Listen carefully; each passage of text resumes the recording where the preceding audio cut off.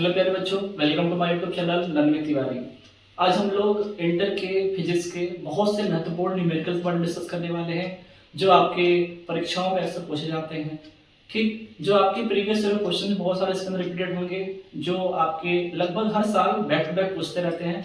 आइए हम लोग उनके बारे में डिस्कस करते हैं और वीडियो तक लास्ट में आप बने रहिएगा इसमें। ठीक है, देखिए जरा इसमें क्या होता है। सबसे पहला क्वेश्चन हमारे पास है कि अल्फा कण पर कितना आवेश होता है।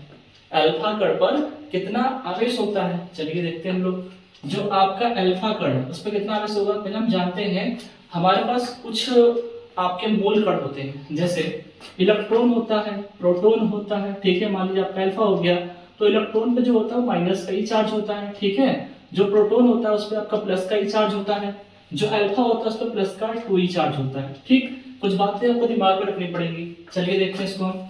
हमारे पास क्या है, अल्फा कण पर कितना आवेश होता है। हम लिखेंगे अल्फा कण पर आवेश कितना होता है हमारा होता है प्लस का 2 ही होता है, प्लस का 2 ही होता है। दो हमारा ऐसे ही रहा। इलेक्ट्रॉन पर आवेश कितना होता है 1.6 इंटू 10 की पावर माइनस का 19 कूलम होता है। ठीक, तो आप अब क्या करेंगे, 16 के हम लोग या 1.6 के गुणा 2 से कर लेंगे। ठीक, कितना आएगा 6 दूनी कितना हो गया आपका 12, 2 एकम 2 और एक हाथ से कितना हो गया 3, और यहाँ पे बीच में आपको दशमलव तो बीच में आप दशमलव लगा दीजिए। ठीक, गुणा 10 की पावर माइनस का 19 कूलम, ये क्या हो गया आपका, ये उत्तर हो गया। ठीक, देखिए कितना आसान था। बस हम कुछ बेसिक से पता होना चाहिए, हमें फॉर्मूले याद करने पड़ेंगे ताकि कोई सा भी क्वेश्चन आए अगर हमें फॉर्मूले याद है तो उसको हम लोग कर सकते हैं। ठीक, चलिए देखते हैं अगला क्वेश्चन के बाद। क्वेश्चन नंबर 2 देखते हैं हम लोग। एक अल्फा कण 5 गुणा 10 की पावर 4 न्यूटन प्रति कूलम के वैद्युत क्षेत्र के भीतर रखा हुआ है। ठीक, इस पर लगने वाले बल की गणना करनी है। तो क्या पूछा आपसे पूछा इस पर लगने वाले बल। ठीक, हमारे पास जो मान दिया है उसको एक बार लिख लेते हैं। क्या क्या हमारे पास मान दे रखे हैं यहाँ पे, तो लिखा है यहाँ पे 5 गुणा 10 की पावर 4 न्यूटन प्रति कूलम के वैद्युत क्षेत्र, यानी ई का मान दे रखा है कितना 5 गुणा 10 की पावर 4 न्यूटन प्रति कूलम हो गया। ठीक, फिर क्या पूछा है अल्फा कण है, तो एक बार बताइए अल्फा कण पर आवेश कितना होता है। अभी हमने बताया कि अल्फा कण पर जो आवेश होता है, अल्फा कण पर आवेश अगर हमें निकालना पड़े क्या होता है हमारा Q बराबर क्या आएगा प्लस का 2e, यानी 2 गुणा 1.6 इंटू 10 की पावर माइनस का 19 कूलम। ठीक है, यानी आपका हो गया कितना 3.2 गुणा 10 की पावर माइनस का 19 कूलम, तो आपका ये हो गया। यानी अल्फा कण पर आवेश आ गया और आपका यहाँ पे विद्युत क्षेत्र E का भी मान आपको दे रखा है। क्या पूछा आपसे, इस पर लगने वाले बल की गणना करो, यानी बल F बराबर क्या होता है QE होता है। क्या होता है F बराबर क्या होता है QE होता है। यानी देखिए भाई Q का मान कितना आ गया हमारे पास प्लस का 2E का मान कितना आ गया, Q का मान 3.2 गुणा 10 की पावर माइनस का 19 गुणा E का मान कितना दे रखा है 5 गुणा 10 की पावर 4 हो गया। ठीक है, चलिए देखा है जो सबसे पहले हम लोग 3.2 गुणा करेंगे 5 से। ठीक है, तो 5 दूनी 10, 5 या 15 और 1 16, यहाँ पे आपका दशमलव आ गया। ठीक है, गुणा में जो खाते होती है वो क्या होती है जुड़ जाती है। गुणा में खाते क्या होती है जुड़ जाती हैं। तो 10 की पावर माइनस का 19 प्लस का 4, तो आपका आ गया 16 गुणा 10 की पावर 19 में से 4 जाएगा कितना से माइनस का 15। ठीक है, अब आगे ध्यान दीजिए, यहाँ पे हम लोग दशमलव लगाएंगे। ठीक है, दशमलव हम यहाँ पे शिफ्ट करेंगे, अगर 1.6 में लिखेंगे तो क्या होगा यहाँ से एक पावर एक और ऐड हो जाएगी, यानी प्लस की एक ऐड होगी, यानी इसमें आप एक और कम कर, कितना आएगा आपका माइनस का 14। बल है, बल का मात्रा क्या होता है न्यूटन, तो ये आपका न्यूटन हो गया, ये आपका क्या हो गया आंसर हो गया। ठीक, चलिए अगला देखते हैं। एक गोलाकार चालक का व्यास 1 मीटर है, इसकी धारिता क्या था। ठीक, क्या दे रखा है आपको व्यास दे रखा है, व्यास कितना दे रखा है 1 मीटर। त्रिज्या कितनी आएगी, त्रिज्या यानी r, त्रिज्या क्या होती है व्यास की आधी होती है, यानी 1/2 हो गया, भाग कर दीजिए कितना आएगा 0.5 मीटर हो गया। ठीक, क्या पूछा है धारिता, तो धारिता का फॉर्मूला क्या होता है C बराबर क्या होता है 4 पाई एप्सिलॉन नॉट r होता है। ठीक है, और हम जानते हैं कि 1/4 पाई एप्सिलॉन नॉट का जो मान होता है कितना होता है आपका 9 गुणा 10 की पावर 9 होता है। अगर मुझे केवल 4 पाई एप्सिलॉन नॉट का मान निकालना हो तो इसको उल्टा कर दीजिए, यानी 1/9 गुणा 10 की पावर 9 हो जाएगा। सही है, तो आपका 4 पाई एप्सिलॉन नॉट का मान कितना आ गया 1/9 गुणा 10 की पावर 9 हो गया। ठीक, और जो r है यानी त्रिज्या है, त्रिज्या कितनी आ गई हमारे पास 0.5 आ गई। ठीक है, चलिए आगे देखते हैं। जब हम यहाँ से पॉइंट हटाएंगे तो यहाँ पे कितना बढ़ जाएगा आपका, 0 बढ़ जाएगा।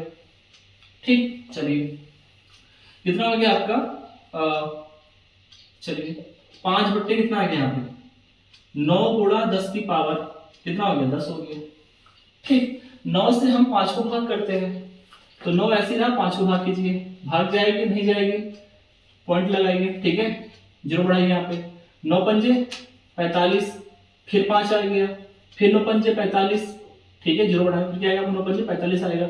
यानी ये बार बार आपका 5 ही रिमाइंडर बचेगा, यानी अब आपके भाग कटेंगे नहीं, ऐसे चलती जाएगी। ठीक है, तो कितना आ गया 0.55। ठीक है, गुणा 10 की पावर, ये आपका क्या है, ये आपका अभी नीचे प्लस में है, जब इसको हम ऊपर भेजेंगे पावर को तो आपकी माइनस की बन जाएगी, तो माइनस की 10 हो गई। ठीक, जब हम लोग पॉइंट को अगर हम लोग यहाँ पे शिफ्ट करेंगे, ठीक है, आई शिफ्ट करेंगे हम लोग, तो कितना हो जाएगा, चलिए दो संख्या मतलब यहाँ पे ना इसको 1 2 हम यहाँ पे 2 अंकों के बाद हम लोग शिफ्ट कर रहे हैं, तो यहाँ पे क्या होगा, माइनस का 2 और बढ़ जाएगा, पावर कितना हो जाएगा, माइनस का 12। और जो धारिता होती है उसका मात्रक क्या होता है, फैराड होता है। क्या होता है, फैराड होता है। बस इतना सा हो गया, चलिए इसको लिखते हैं फैराड, फैराड हो गया उत्तर। चलिए अगला क्वेश्चन देखते हैं।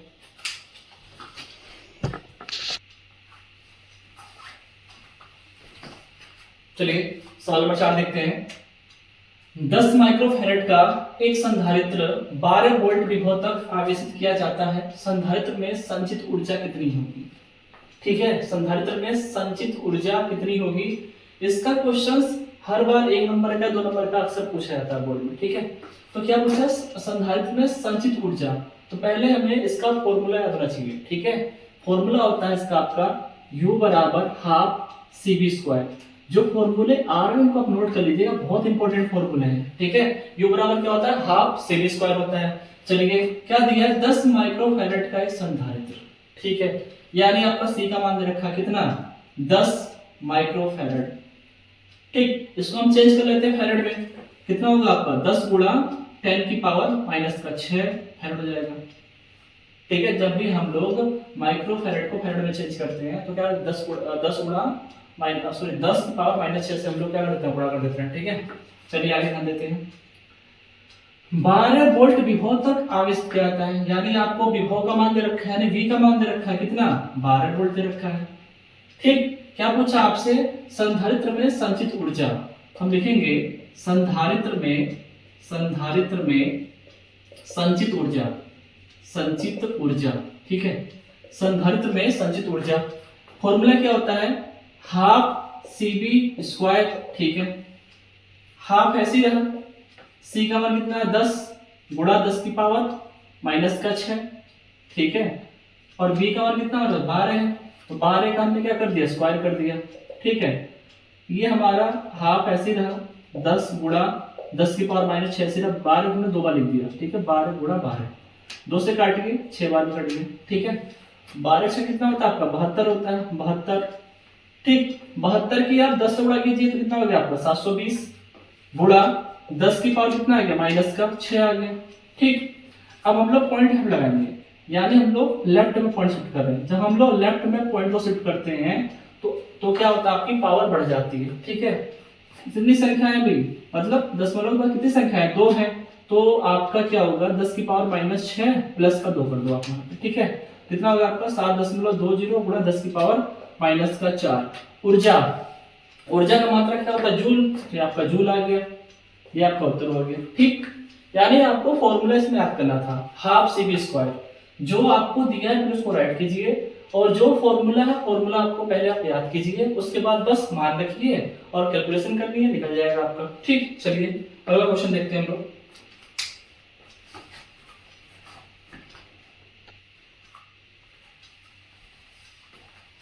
चलिए सवाल नंबर 5 देखते हैं। आवेश 4 गुणा 10 की पावर माइनस 7 कूलम के कारण इससे 9 सेंटीमीटर की दूरी पर स्थित किसी बिंदु P पर विभव ज्ञात करना है। तो पहले देखिए क्या क्या दे रखा, बताइए जल्दी। Q का मान दे रखा कितना है, 4 गुणा 10 की पावर माइनस का 7 कूलम दे रखा है। ठीक, इससे 9 सेंटीमीटर की दूरी, यानी दूरी R कितनी दे रखी है, 9 सेंटीमीटर। इसको आप चेंज कीजिए मीटर में, इतना करने आता होगा ना। क्या 1 सेंटीमीटर जो होता है वो क्या होता है, 10 की पावर माइनस 2 मीटर के बराबर होता है। तो कितना आ गया हमारे पास, 9 गुणा 10 की पावर माइनस का 2 मीटर हो गया। ठीक है, चलिए अब हमने एक कॉन्सेप्ट हमारे पास है कि बिंदु आवेश के कारण किसी बिंदु पर हमें विभव ज्ञात करना होगा। उसका फॉर्मूला क्या आया था, वो आपका होता है B बराबर होता है 1/4 epsilon not Q upon R होता है। हमें पता है, बताइए क्या पता हमें कि 1/4 एप्सिलॉन नॉट का मान कितना होता है, वो होता है आपका 9 × 10⁻9 होता है। ठीक है गुरुदेव, आपने बोल दिया। चलिए Q का मान कितना दिया हुआ सरकार, जल्दी बताइए। 4 × 10⁻7 दे रखा है। ठीक है, ये भी सही हो गया। बटे में R का मान कितना है, R का मान 9 × 10⁻2 दे रखा है। सही है सरकार, चलिए आगे बढ़ते हैं।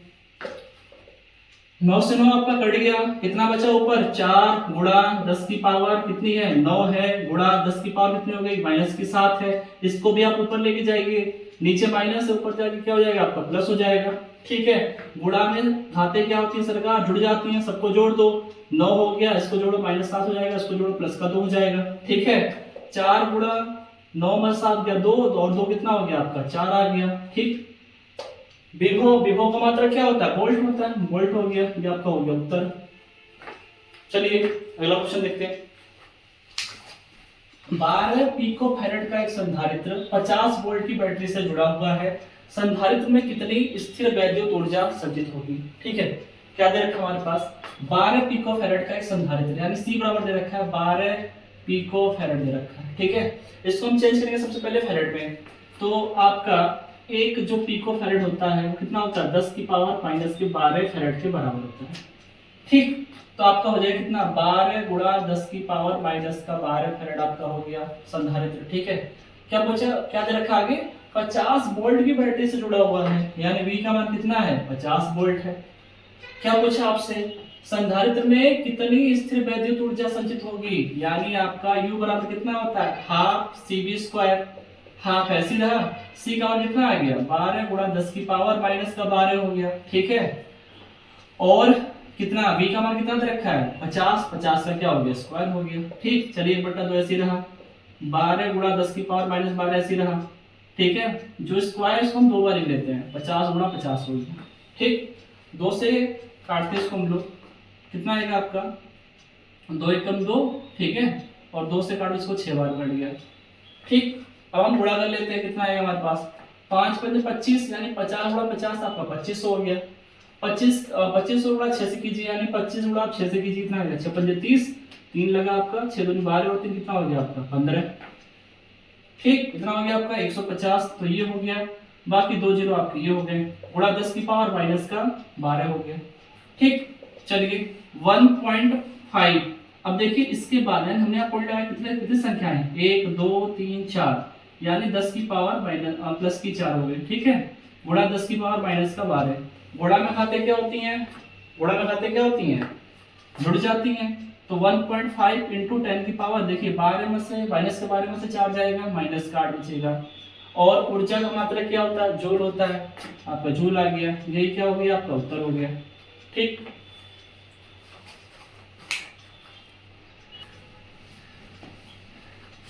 चलिए अगला क्वेश्चन देखते हैं हम लोग। चित्र में बिंदु A व B के बीच तुल्य धारिता ज्ञात करो। ठीक है, ये आपका A बिंदु, ये B है, इनके बीच में हमें तुल्य धारिता निकालनी है। तो सबसे पहले हम लोग चेक करते हैं कि श्रेणी क्रम कौन सा होता है, समांतर क्रम कौन सा होता है। ठीक है, जब एक बिंदु से आपके ऐसे बहुत सारे संधारित्र ऐसे सीरीज में जुड़े हुए होते हैं ना, ये आपका क्या होता है, जैसे A है B है, तो A और B के बीच में जितने भी संधारित्र आ रखे हैं वो सभी के सभी क्या हैं, श्रेणी क्रम में। ठीक है, समांतर क्या होता है, यानी बिंदु यहाँ पर है। ठीक है, यहाँ से भी ऐसे कर देते हैं हम, एक संधारित्र यहाँ पे जुड़ा हुआ है। ठीक है, एक संधारित्र यहाँ पे जुड़ा हुआ है, ये आपका बिंदु A है और B है। तो देखिए A और B के बीच में कितने संधारित्र जुड़े हुए हैं, अब ये वाला और ये वाला जुड़ा हुआ है। ठीक है, ये कौन से क्रम में है, समांतर क्रम में। इसी कॉन्सेप्ट का हमें यूज करना है। चलिए देखते हैं, यानी देखिए पहले हमारे पास A है। ठीक है, A से हम B तक चलते हैं, तो यहाँ पे 9 माइक्रोफैरड, यहाँ भी 9 माइक्रोफैरड और यहाँ भी आपका 9 माइक्रोफैरड। देखिए बिल्कुल सीधी लाइन है, ऐसे बिल्कुल ऐसे सीधी लाइन, यहाँ तक जा रही है, B तक यहाँ जा रही ना, यानी ये किसमें है भाई, श्रेणी क्रम में जुड़े हुए हैं। मतलब क्या बोला हमने कि 9 माइक्रोफैरड व 9 माइक्रोफैरड कोमा लगा, सॉरी 9 माइक्रोफैरड कोमा 9 माइक्रोफैरड तथा 9 माइक्रोफैरड किसमें है, श्रेणी क्रम में। किसमें है, श्रेणी क्रम में है। ठीक है। तो संधारित्र में श्रेणी क्रम का फॉर्मूला क्या होता है? देखिए प्रतिरोध का उल्टा होता है। यहाँ पे जो प्रतिरोध होता है श्रेणी क्रम का होता है क्या? R बराबर होता है R1 plus R2 plus R3 dash dash dash, यानी बहुत सारे हो जाएंगे, ठीक। और जो समांतर होती है आपका श्रेणी का होता है, किसका होता है? आपका श्रेणी क्रम का। जो समांतर का होता है 1/r बराबर 1/r1 plus 1/r2 plus 1/r3, ये किसका होता है? आपका समांतर क्रम का फॉर्मूला होता है, ठीक है। लेकिन जो संधारित्र की जब बात आती है तो क्या होता है? ठीक इसका उल्टा होता है। यानी श्रेणी क्रम में क्या होता है? C बराबर क्या होता है? 1/c बराबर होता है 1/c1 plus 1/c2 plus 1/c3 dash dash dash, यह किसमें होता है? आपका श्रेणी में होता है, ठीक। समांतर में क्या होता है? C बराबर C1 प्लस C2, ये किसमें होता है? आपका समांतर में होता है। इसी कॉन्सेप्ट का हम यूज करते हैं, ठीक है। हमने क्या कहा कि 9 9 और 9 ये तीनों किसमें है? श्रेणी क्रम में है। अतः इनकी तुल्य धारिता, अतः इनकी तुल्य धारिता, ठीक है, कितनी मान ली हमने? C डैश मान लिया, C डैश, ठीक है। तो 1/C डैश बराबर कितना आ गया? 1/9 प्लस 1/9 प्लस 1/9, ठीक है। एलसीएम लीजिए 9 ही आएगा, ठीक। 9 से 9 कटा, एक बार में एक कूड़ा ऐसे करो, एक आएगा। ऐसे 9 से 9 एक बार में एक कूड़ा ऐसे करो, एक आएगा। ऐसे ये वाला भी एक आएगा। कितना आ गया आपका? 3/9, ठीक है। 3 एकम 3, 3 3 9, ठीक है। कितना आ गया आपका? 1/3 आ गया। यानी C डैश का मान आ गया कितना? 3 माइक्रोफैराड आ गया, ठीक। यानी इन तीनों को मिलाकर हमारा क्या बन गया? सिर्फ एक बना आपका, ठीक है। कितने का? 3 माइक्रोफैराड का बन गया संधारित्र, ठीक है। अब 3 माइक्रोफैराड और 3 माइक्रोफैराड, इसको हमने नाम दिया था क्या? C dash. ये दोनों कौन से क्रम में है? ये दोनों हमारे कौन से क्रम में है? ये है समांतर क्रम में, ठीक है। लिखेंगे अतः इसकी बात करते हैं हम लोग। 3 माइक्रोफैराड व C डैश समांतर क्रम में है, ठीक है, समांतर क्रम में है। अतः तुल्य धारिता कितनी होगी? C है, ठीक है। तो C बराबर कितना आएगा? 3 प्लस 3 कितना हो गया? 6 माइक्रोफैराड, ये आपका आंसर हो गया, ठीक। बाकी क्वेश्चन हम लोग नेक्स्ट पार्ट में देखते हैं। अब तक आप बने रहें, आपका बहुत बहुत धन्यवाद। कल के टॉपिक में इसके आगे हम डिस्कस करने वाले हैं। कल के वीडियो को आप मिस ना करें, सेकंड पार्ट का जरूर वेट करें। धन्यवाद।